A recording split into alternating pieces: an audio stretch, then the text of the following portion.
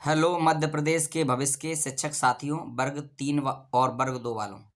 जैसा कि आप लोगों को पता है कि मध्य प्रदेश सरकार ने, या यूँ कह सकते हैं,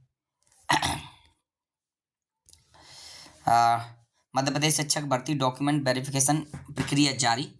एमपी टीचर भर्ती डॉक्यूमेंट वेरिफिकेशन वर्ग 2 एंड वर्ग 3।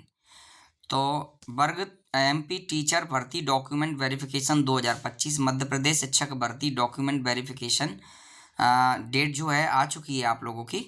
क्या क्या दिया गया है, कौन कौन से डॉक्यूमेंट्स आवश्यक हैं, उसके लिए मैं आप लोगों को क्रम बाइज क्रम में पढ़ के बता रहा हूँ। तो एमपी मध्य प्रदेश शिक्षक एवं प्राथमिक शिक्षक भर्ती। मध्य प्रदेश के सरकारी स्कूलों में माध्यमिक शिक्षक एवं प्राथमिक शिक्षक चयन परीक्षा में चयनित उम्मीदवारों के दस्तावेज सत्यापन की प्रक्रिया 8 दिसंबर 2025 से प्रारंभ है। यानी कि 8 दिसंबर से आप लोगों की प्रक्रिया स्टार्ट है डॉक्यूमेंट वेरिफिकेशन की। इसकी अंतिम तिथि 12 दिसंबर है।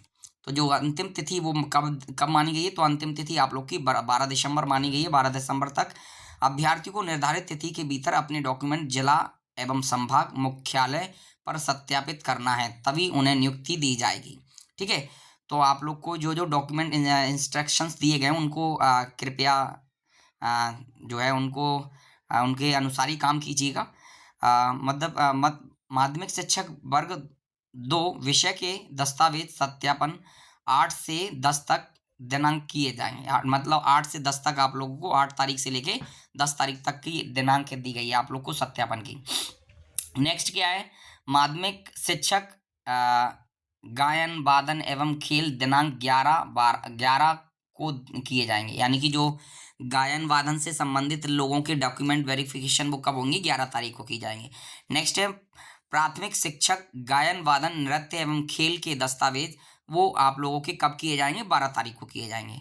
तो अपरिहार्य परिस्थिति में निर्धारित दिनांक को उपस्थित न होने वाले अभ्यर्थी को 13 को उपस्थित होकर सत्यापन करवा सकेंगे। अर्थात कहने का मतलब ये है, जो लोग 12 तारीख तक सत्यापन नहीं करवा पा रहे हैं तो वो 13 को करके करवा सकते, किंतु इसके बाद नहीं।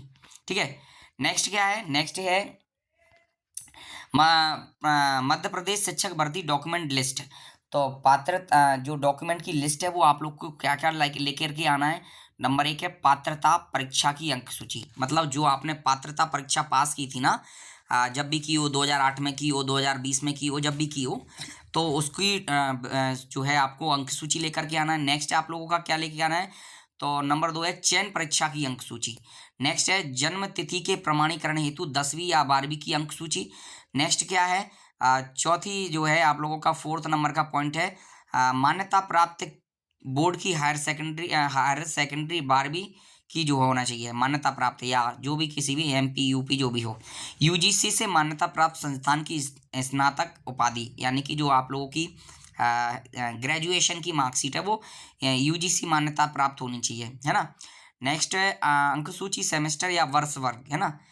नेक्स्ट है यूजीसी से मान्यता प्राप्त स्नातकोत्तर, यानी कि जो आप लोगों की पोस्ट ग्रेजुएशन है वो मार्कशीट का आवश्यक।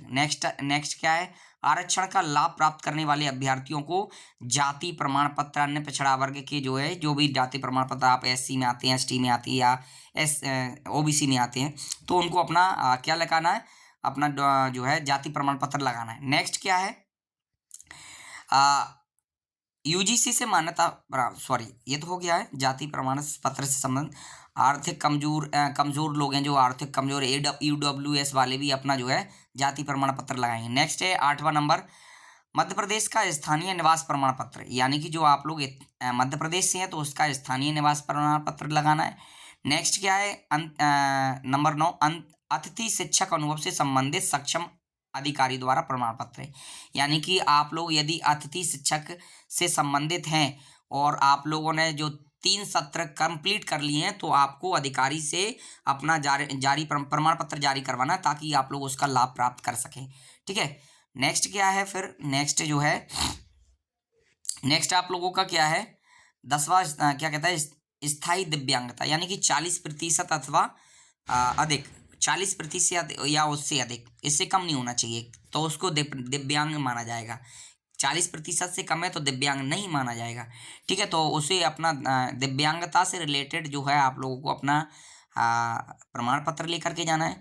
नेक्स्ट है 11 पॉइंट, क्या कह रहा है, एनसीटीई की मान्यता प्राप्त संस्थान में डीएलएड, बीएलएड या स्पेशल बीएलएड, स्पेशल डीएलएड की अंक सूची सभी सेमेस्टर वर्षों की, है ना, सभी सेमेस्टर की अंक सूची चाहिए आप लोगों को। नेक्स्ट क्या है, 12वां पॉइंट क्या कह रहा है, आयु छूट संबंधी प्रमाण पत्र सक्षम अधिकारी द्वारा यदि लागू हो तो जैसा कि आप लोगों को पता है ना, ओबीसी वालों को 3 वर्ष की छूट दी जाती है, वो एससी एसटी वालों को 5 वर्ष की छूट दी जाती है, तो उससे संबंधित जो है आप लोगों को प्रमाण पत्र लगाना है। नेक्स्ट है नंबर 13, मध्य प्रदेश का जीवित रोजगार पंजीयन, आपको अपना जीवित रोजगार पंजीयन लेकर के आना भैया। ठीक है, नेक्स्ट क्या है नंबर 14, 14वां पॉइंट क्या कह रहा है, उपनाम परिवर्तन की स्थिति में शपथ पत्र, यदि आपने उपनाम बदलवाया है तो उसका शपथ पत्र क्यों बदलवाया, है ना, क्या रीजन रहा है। नाम एवं उपनाम दोनों परिवर्तन की स्थिति में राजपत्र परिवर्तित नाम से प्रकाशन की प्रति लागू होने की दशा में। ठीक है, यदि चेंज किया है तो, अदरवाइज चेंज नहीं किया है तो ये आपको करना नहीं है। परिवर्तित नाम के प्रकाशन की प्रति लागू होने की दशा में क्या करना है, 16 पॉइंट क्या कह रहा था, एनसीसी का प्रमाण पत्र लागू होने की दशा में, एनसीसी का यदि प्रमाण पत्र है और लागू हो रहा है तो लेकर के आना है। शासकीय सेवक की स्थिति में एनओसी लागू होने की दशा में, आप यदि शासकीय सेवक रह चुके हैं तो उसकी जो है एनओसी लेकर के आना है। नेक्स्ट है अन्य कोई हो, तो अन्य कोई डॉक्यूमेंट जो आपके पास हो वो भी ले जा सकते हैं। तो 17 बिंदुओं पर हम लोगों ने चर्चा कर ली, तो ये आपके महत्वपूर्ण बिंदु रहने वाले हैं या महत्वपूर्ण टॉपिक डॉक्यूमेंट्स रहने वाले हैं जो आपको अपने डॉक्यूमेंट वेरिफिकेशन के दौरान ले जाने हैं। तो शिक्षक साथियों, यदि आप लोगों को मेरी द्वारा दी गई जानकारी यदि अच्छी लगी हो तो कृपया मेरे चैनल को सब्सक्राइब करें और बेल आइकन प्रेस जरूर कर लीजिएगा ताकि मैं आप लोगों को समय समय पर वीडियो प्रोवाइड करवा सकूं। धन्यवाद, आज के लिए इतना ही काफ़ी है। तब तक के लिए bye bye, take care, love you.